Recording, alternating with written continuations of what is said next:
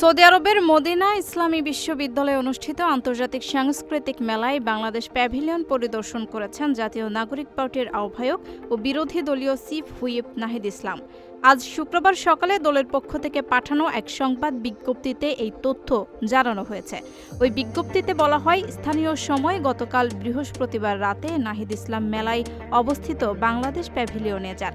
সেখানে পৌঁছালে মদিনা ইসলামী বিশ্ববিদ্যালয়ের অধ্যয়নরত প্রবাসী বাংলাদেশি শিক্ষার্থীরা তাকে উষ্ণ অভ্যর্থনা জানান।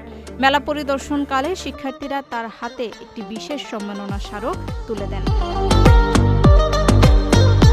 মেলার এই আনন্দঘন পরিবেশে তিনি উপস্থিত শিক্ষার্থীদের সঙ্গে অত্যন্ত আন্তরিকভাবে কুশল বিনিময় করেন।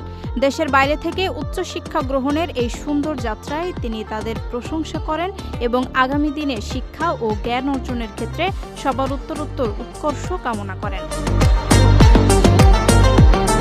তিনি আশা প্রকাশ করেন যে এই তরুণ শিক্ষার্থীরা ভবিষ্যতে দেশের কল্যাণে অনেক গুরুত্বপূর্ণ অবদান রাখবেন। বিদেশের মাটিতে বাংলাদেশের সংস্কৃতি ও ঐতিহ্য সুন্দরভাবে তুলে ধরার জন্য তিনি প্যাভিলিয়নের সঙ্গে সংশ্লিষ্ট সবার প্রতি আন্তরিক সাধুবাদ জানান।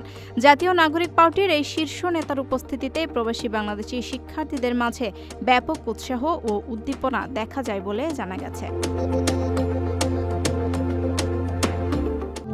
প্রবাসীদের জন্য নির্মাণ হচ্ছে দেশের প্রথম স্মার্ট সিটি, যেখানে থাকছে স্কুল, মসজিদ, হাসপাতাল, সুইমিং পুল, হেলিপ্যাড, পাঠাগার, জিম, সুপারমার্কেট, শিশু পার্ক সহ সকল নাগরিক সুবিধা।